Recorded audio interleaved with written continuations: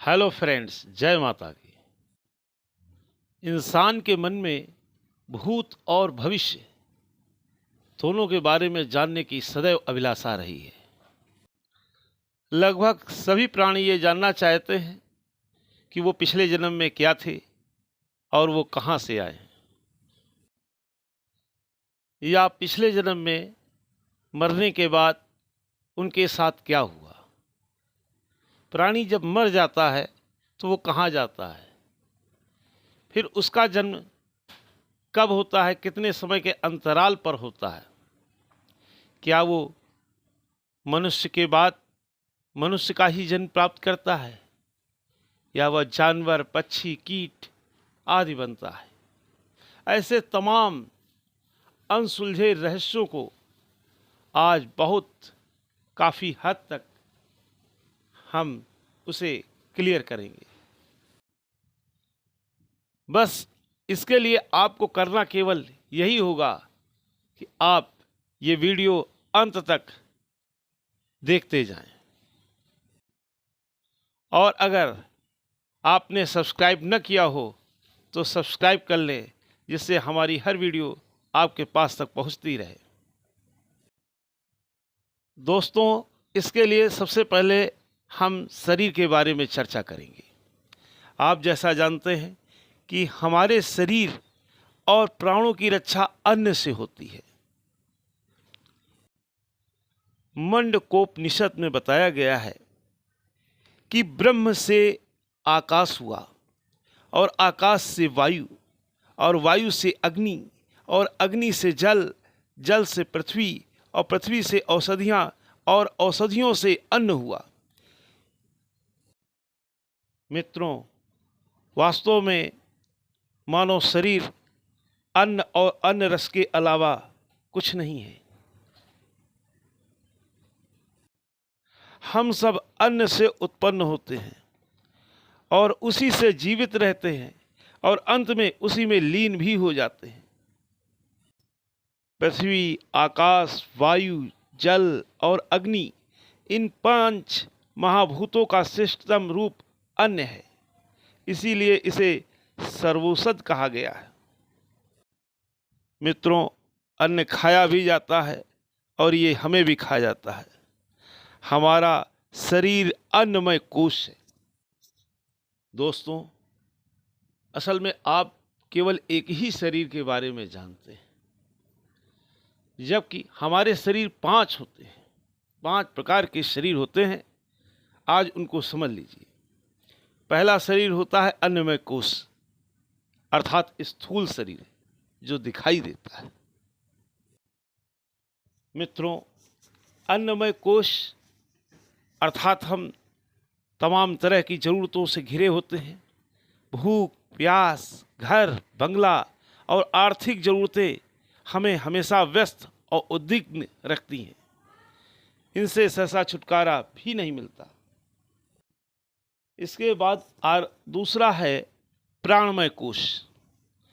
हमारे अस्तित्व की घोषणा करता है और जीवन की सार्थकता पर विचार करता है। नेक्स्ट है मनोमय कोश। हमारे भीतर इच्छाओं के लोकों को रचता है। चौथा है विज्ञानमय कोश, जो आत्म परिष्कार के साथ साथ आत्मविश्लेषण भी करता है। और अंतिम कोटि है आनंदमय कोश, जो छोटे छोटे सुखों पर विचार ही नहीं करता, बल्कि हमें पूर्ण बना देता है और हम ब्रह्मांड के साथ मिल जाते हैं। जिसे तमाम ऋषियों ने, महर्षियों ने आत्मा बताया है, वही है आनंदमय शरीर। वहाँ पर सिर्फ आनंद ही होता है, किसी प्रकार की भूख, प्यास आदि नहीं लगती। दोस्तों, जब प्राणी खत्म होता है तो आपने देखा होगा कि मरते समय बहुत से लोगों की इच्छा होती है जीवित रहने की। वो जिंदा रहना चाहते हैं, किंतु शरीर उनका साथ छोड़ देता है। और मरने के बाद भी प्राणी अपने शरीर को वैसा ही देखता है, वैसे ही सब परिवार के लोगों को देखता है और महसूस करता है। अब इतना ज़रूर होता है कि उसकी सत्ता बढ़ चुकी होती है और वो एक साथ अपने पिछले जन्मों को और इन जन्मों को भी देख रहा होता है। ऐसे में वो बार बार अपने शरीर में जाने का प्रयास करता है, लेकिन उसे सफलता नहीं मिलती। जो उसके प्रिय लोग होते हैं वो उनसे मिलना चाहता है, बोलना चाहता है, लेकिन वे लोग उसकी आवाज़ें नहीं सुन पा रहे होते हैं, ना ही उसे देख पा रहे होते हैं।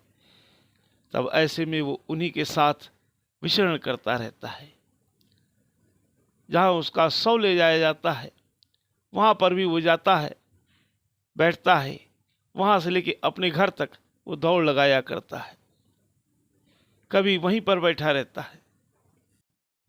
यदि ऐसे में उसका कोई प्रिय अगर वहाँ से सैकड़ों किलोमीटर या हजारों किलोमीटर की दूरी पर होता है, तो ऐसे में चूंकि उसकी सत्ता बढ़ चुकी होती है, तो वो वहाँ पर भी जाकर के उसको स्वप्न दे देता है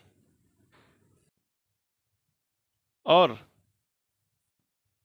स्वप्न के माध्यम से वह अपने साथ होने वाली अनहोनी को प्रकट कर देता है। अब प्रश्न ये उठता है कि 13 दिन तक या जब तक उसकी शांति नहीं हो जाती है, 13वीं नहीं हो जाती है, प्राणी क्या भटकता रहता है या 13वीं के बाद वो मुक्त हो जाता है? मित्रों, अधिकतर ऐसा ही होता है, लेकिन कभी कभी ऐसा नहीं भी होता है। यदि प्राणी के कर्म समाप्त नहीं हो पाए हैं या कर्म बहुत तेज अवस्था में है, तेज अवस्था से तात्पर्य है कि अभी उसके मन में बहुत कुछ करने को था, बहुत कुछ करना चाहता है, लेकिन अनायास उसे जाना पड़ गया। जैसे किसी का एकदम से एक्सीडेंट हो जाता है या अल्पकाल में मृत्यु किसी भी कारणवश से शिकार हो जाता है, तो ऐसे में कर्म उसके समाप्त नहीं हुए होते हैं और वो प्राणी और उसके कर्म बहुत खराब हैं, तो वो जातक समाप्त तुरंत नहीं हो जाता, मुक्ति तुरंत नहीं मिल जाती, उसे पाप योनियों में भटकना पड़ता है। भूत पिशाच आदि इसी अवस्था का कारण है। हालांकि वो दिखाई तो नहीं पड़ते, लेकिन वो उपस्थित रहते हैं, उनका एहसास किया जा सकता है। और ऐसे लोग अंधेरे में, सन्नाटे में विचरण करते रहते हैं। लेकिन यदि मरने वाले व्यक्ति के अगर अच्छे कर्म रहे हैं तो उसे शीघ्र ही मनुष्य योनि प्राप्त हो जाती है। और मरते समय अगर उसकी इच्छा रही है अपने परिवार में जन्म लेने की, अपने परिवार को हो चाहत रही है, तो अपने ही परिवार में वो जन्म ले लेता है। लोग सोचते हैं कि मरने के उपरांत प्राणी 100-200 साल में तो मुक्त हो ही गया होगा, किंतु मित्रों कभी कभी ऐसा भी होता है कि हजारों साल तक प्राणी भटकता रहता है और वो मुक्त नहीं हो पाता। उसके किए गए जघन्य कार्य, उनके द्वारा प्राप्त की गई निगेटिव ऊर्जाएं, वो उसके साथ विचरण करती रहती। जब तक निगेटिव ऊर्जा पूर्णतया समाप्त नहीं हो जाती तब तक उसे विचरण करना होता है। और कभी कभी ये इतनी ज़्यादा तौर पे होती हैं कि उसे प्रकृति जो है जड़ बना देती है, वृक्ष वगैरह ये सब बन जाते हैं। और धीरे धीरे जब उनके पाप नष्ट होते जाते हैं तमाम योनियों में जन्म लेते हुए, तो वो पुनः मनुष्य के रूप में आते हैं। लेकिन वृक्ष से लेकर के और मनुष्य तक का तमाम पावदानों पे उसे जाना पड़ता है, तमाम जन्म लेने पड़ते हैं, कभी पक्षी का, कभी कीट का, कभी मछली का, कभी सर्प का। अब प्रश्न ये उठता है कि क्या सदैव प्राणी अपने ही परिवार में जन्म लेता है? तो मित्रों, अगर उसकी भारी उपेक्षा नहीं की गई, अगर उसके मन में अपने परिवार वालों के लिए बहुत ज़्यादा हेट नहीं हुआ, तो अधिकतर प्राणी अपने ही परिवार में, अपने ही समाज में जन्म लेता है। लेकिन बहुत बार पाया गया है प्राणी दूसरे देशों में जन्म ले लेता है जहाँ पर वो कभी गया ही नहीं। ऐसे में अगर उसकी अपने परिवार और समाज से उपेक्षा रही तो वो अन्य जगह पे या उसके मन में किसी स्थान पे जाने की इच्छा रही, देश विदेश, तो प्राणी वहाँ भी जन्म ले सकता है। लेकिन मित्रों, ये सब केवल प्राणी के सोचने से ही नहीं होता है। इसके लिए आवश्यक हैं उसके कर्म, उसके लिए उतने पर्याप्त कर्म होने चाहिए। क्योंकि कई बार अपने ही परिवार में जन्म लेने के लिए प्राणी तो जन्म लेना चाहता है, लेकिन उसके पहले ही लाइन लगी हुई है, अन्य लोग जन्म लेना चाहते हैं, अभी उसका क्रम ही नहीं आया है, तो उसे इंतजार भी करना पड़ता है। या जब तक उसका समय आया, जन्म लेने का नंबर आया, तब तक उसका समय ही समाप्त हो गया। तो अब समय अगर पहले ही उसका समाप्त हो गया, उसे जन्म लेने का समय हो गया है, तो और उसके परिवार में अपना नंबर नहीं आ पा रहा है, तो उसे कहीं ना कहीं जन्म लेना पड़ जाएगा। तो ऐसे में वो उसे दूसरी जगह जन्म लेना पड़ जाता है।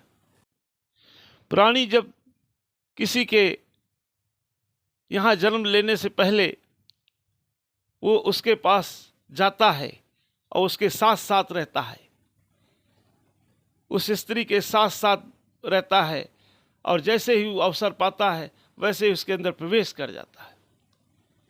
ऐसे में वो लोग सोचते हैं कि, या किसी के मन में विचार आता होगा कि ऐसे में प्राणी कुछ भी नहीं जानता होगा, लेकिन नहीं, उसे ऐसे में भी अपने पिछले सारे जन्म महसूस होते रहते हैं। वो अपने पिछले जन्मों को देखता रहता है, वो कभी वहाँ से निकल करके भी देखता है, विचरण करता है, और वो अपनी माँ के उदर में भी बना रहता है।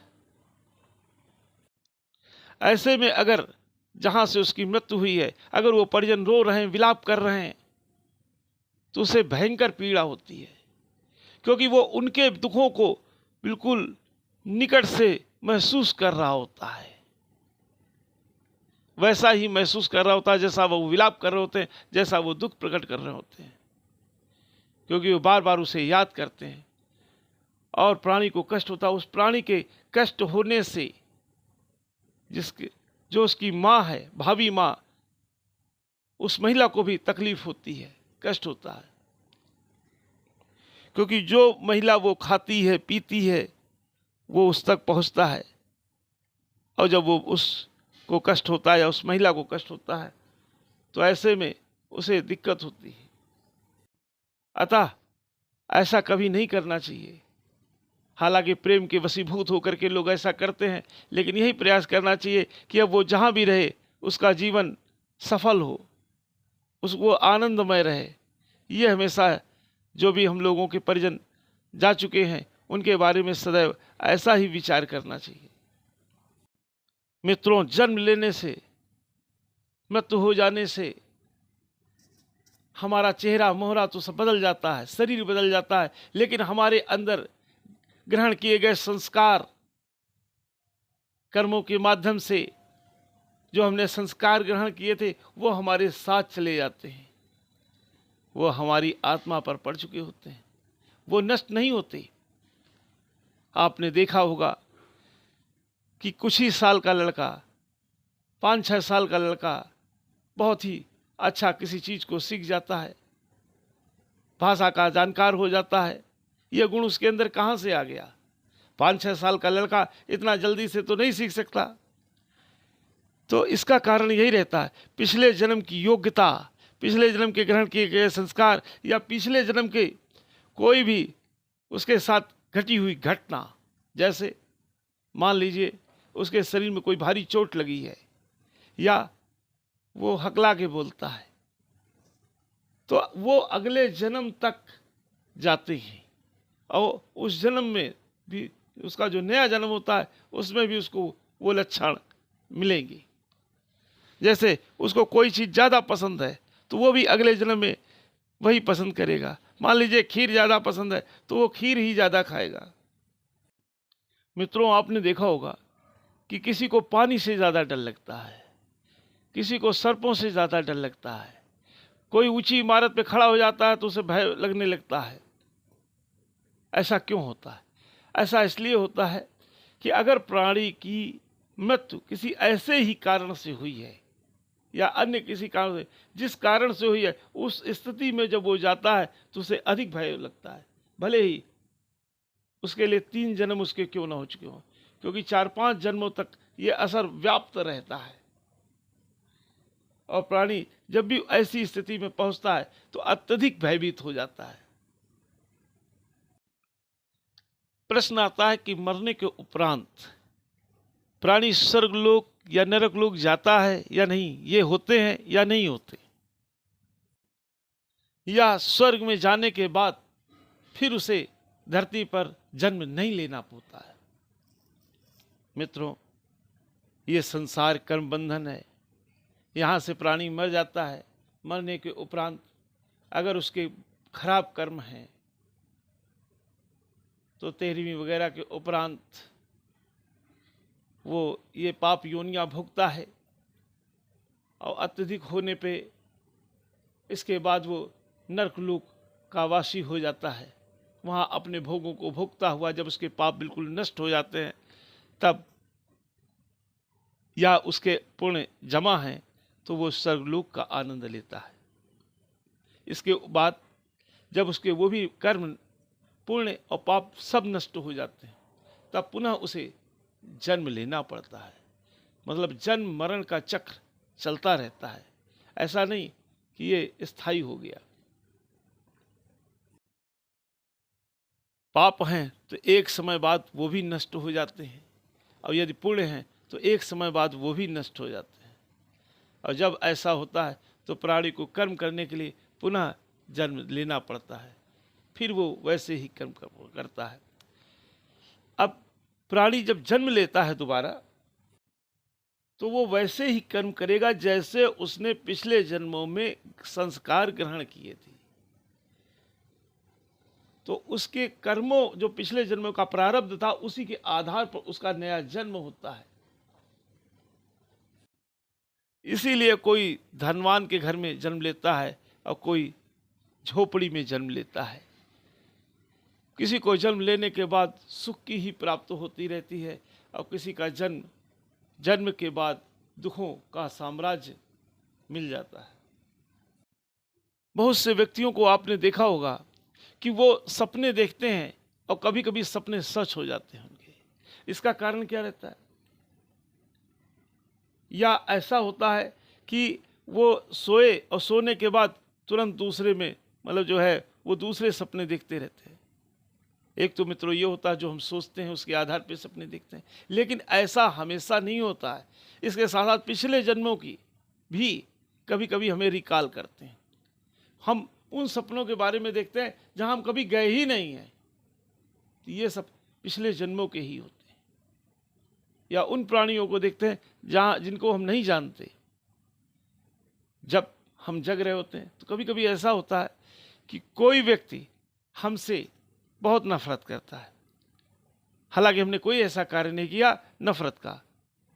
ऐसा क्यों होता है? या कोई व्यक्ति देख करके हमें लगता है कि पहचाना हुआ है, बहुत अच्छी तरह हम इसे जानते हैं। ऐसा भी होता है क्यों कि पिछले जन्मों में मान लो उसको हम जानते रहे, हमारा मित्र रहा, हमारी पत्नी रही, हमारा भाई बहन कोई रहा, तो हम पिछले जन्म में उसे जानते रहे और इस जन्म में वो हमारे पास आया। देखिए मित्रों, हमेशा याद रखिए, जिसे हम बहुत ज़्यादा प्यार करते हैं या जिसे हम बहुत ज़्यादा नफरत करते हैं, वो भी हमारे साथ ही चलते हैं। ज़्यादातर ऐसा ही होता है। जब हम जन्म लेते हैं तो वो भी जन्म लेते हैं और हमारा उनका साथ फिर दोबारा होता है।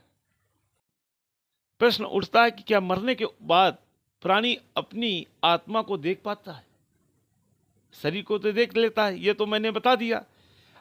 हाँ, वो अपनी आत्मा को देखता है। अब ये अलग बात है कि आत्मा कई कलर में होती है, और कलर उसी तरह होते हैं जैसे उसके संस्कार होते हैं, जैसे उसके कर्म होते हैं। जैसे अगर अच्छे कर्म हैं तो सफ़ेद रूप में, और अगर उसके थोड़े कर्म खराब हैं तो हल्का सा उनमें ब्राउन कलर टाइप में हो जाएगा। लेकिन अगर उसके कर्म बहुत ही खराब हैं तो आत्मा का रंग काले रूप में हो जाता है। आप समझ गए, कभी कभी ये बैगनी कलर में होता है, कभी कभी ये पीले कलर में होता है। कर्मों के आधार पर ही उसके कलर होते हैं, वो उसे महसूस करता है। प्रश्न ये उठता है कि क्या मरने के बाद हमें भूख और प्यास लगती है? तो हाँ, हमें मरने के बाद भूख भी सताती है, प्यास भी सताती है। ऐसा नहीं कि हमें भूख और प्यास नहीं लगती। 13वीं में दिया जाने वाला भोजन जो ब्राह्मणों को खिलाया जाता है, या कुत्ते को डाला जाता है, या गाय को खिलाया जाता है, तो क्या हमें प्राप्त होता है? प्राणी को प्राप्त हो जाता है? ये प्रश्न बहुत महत्वपूर्ण है। हाँ मित्रों, क्योंकि मरने के उपरांत उसका सूक्ष्म शरीर जिंदा रहता है, तो जब हम ऐसा करते हैं तो उनके लोगों के द्वारा ग्रहण किया हुआ पुण्य हमें प्राप्त हो जाता है, और उस जातक को उसे प्राप्त होता है, जिससे वो अपनी भूख और प्यास मिटाता है और उसे तृप्ति मिलती है। इसलिए हो सके तो हमें ये अवश्य ही करना चाहिए, जो प्राणी चला गया है उसकी शांति के लिए भरपूर प्रयास करना चाहिए। उसकी तिथि पर हमें अवश्य ही कुछ करते रहना चाहिए, जिससे उसे पुण्य प्राप्त होता रहे। और यह केवल उसे ही प्राप्त नहीं होता, जब वो प्राप्त करता है तो वो आशीर्वाद प्रदान करता है और बहुत कुछ कल्याणमय आशीर्वाद देता है, जो हमें अच्छे फल के रूप में प्राप्त होता है। हमारा कोई बिगड़ा हुआ काम बन जाता है, हमारे घर में जो तमाम बाधाएं चल रही होती हैं वो नष्ट हो जाती हैं। हाँ, हमारे बच्चे अच्छे संस्कार वाले हो जाते हैं, आदि आदि। अब प्रश्न उठता है, क्या इस जन्म में हम जान सकते हैं कि हम पिछले जन्म में क्या थे? क्या करें इसके लिए? मित्रों, हम जान सकते हैं कि पिछले जन्म में हम क्या थे और हमारे कर्म कैसे थे। इसके लिए कुंडली, जो जन्म समय होता है हमारा, उसके आधार पर कुंडली बनाई जाती है। जन्म कुंडली में राहु, जो अपने आप में रहस्य लिए हुए ग्रह है, माना जाता है। हालांकि वो कोई ग्रह नहीं है, वो छाया है, लेकिन वो एक धुएं का ऐसा बवंडर है जो हमारे तमाम रहस्यों को लिए हुए है, हमारे कर्मों के रहस्य को कारण। अब वो उसके द्वारा हम ये जान सकते हैं कि हमने पिछले जन्म में हमारे कौन सा जन्म था और हमारी क्या कर्म थी। कुंडली में बैठे हुए जितने भी ग्रह होते हैं मित्रों, वो सब हमारे पिछले जन्मों के किए गए अच्छे और खराब कर्म ही होते हैं। उसी के आधार पर ही हमारा वर्तमान समय, हमारा आने वाला भविष्य वो डिपेंड रहता है। अब मित्रों, अगर कुंडली के आधार पर ही है तो कर्म करना व्यर्थ है? नहीं, लेकिन ऐसा नहीं है। हम कर्मों के माध्यम से अपने पिछले कर्मों को खराब और अच्छा कर सकते हैं। देखिए मित्रों, कैसे, जैसे आप जानते हैं कि समय 3 प्रकार का माना जाता है, भूत, वर्तमान और भविष्य। लेकिन वास्तव में समय केवल घटित होता है, न इसका भूत होता है न भविष्य होता है। होता भी है और नहीं भी होता है। तमाम देखिए इसमें चीज़ आ रही। तो कैसे, अगर हम प्रेजेंट में अच्छा कार्य करेंगे तो उससे हमारा भविष्य भी अच्छा होगा और हमारा भूत भी अच्छा हो जाएगा, दोनों ही अच्छे हो जाएंगे। इसलिए मित्रों, हमें सदैव अपने वर्तमान को बढ़िया करने का प्रयास करना चाहिए। इसमें हम ऐसे कर्म करें जो दूसरों को सुख देने वाले हो और जिससे हमारा भी कल्याण होता हो, हमें भी सुख प्राप्त हो और अन्य को भी सुख प्राप्त हो, हमारा प्रारब्ध भी अच्छा हो जाए और हमारा भविष्य भी अच्छा हो जाए। इसीलिए हमें किसी को धोखा नहीं देना चाहिए, हमें किसी को तकलीफ नहीं देना चाहिए। अकारण ही दी गई पीड़ाएं, उनसे निकली हुई निगेटिव ऊर्जा, वो हमारे भूत और भविष्य को दोनों को नष्ट कर देगी। कई बार मित्रों ऐसा भी पाया गया है, जो प्राणी के पिछले जन्म में उसके साथ घटित हुआ था, वही घटना इस जन्म में भी घटित होती है या पिछले और जन्मों में भी घटित हो चुकी होती है। जैसे कोई स्त्री थी, और उसका आदमी जो है बीच में ही मर जाता है। तो ये कई जन्मों में उसके साथ घटित होता रहा। तो मित्रों, ऐसा इसलिए होता है जब कोई निगेटिव ऊर्जा बहुत ज़बरदस्त, अर्थात किसी की हाय लगी होती है या श्राप जिसे आप कह सकते हैं, तो वो कई जन्मों तक चलता रहता है। जब तक वो पूर्णतः नष्ट नहीं हो जाता, भोगते भोगते कोई चीज़ नष्ट होती है, धीरे धीरे शांत होती है। जिस तरह अग्नि, उसी तरह से जो है प्राणी का श्राप भी धीरे धीरे नष्ट होता है। और जब वो नष्ट हो जाता तभी उसे, अब या तो ऐसे में उससे क्षमा याचना की जाए, उसको शांति प्रदान कर दी जाए, या उसके लिए यज्ञ और हवन इसीलिए बनाए गए हैं कि उनके माध्यम से दान और पुण्य, इनके सबके माध्यम से भी उन चीज़ों को नष्ट किया जा सकता है, समाप्त किया जा सकता है। हमारे जितने खराब कर्म हैं, पाप, वो नष्ट किए जा सकते हैं। इसीलिए हमें सदैव इनके लिए प्रयासरत रहना चाहिए। हमें गरीबों लोगों की, मजबूर लोगों का फ़ायदा नहीं उठाना चाहिए। हमें उनके साथ उदारता से पेश आना चाहिए और उनकी भलाई के लिए कार्य करने चाहिए। अच्छा मित्रों, अगर आपको पसंद आया हो तो इसे लाइक करें और शेयर करें। जय माता की।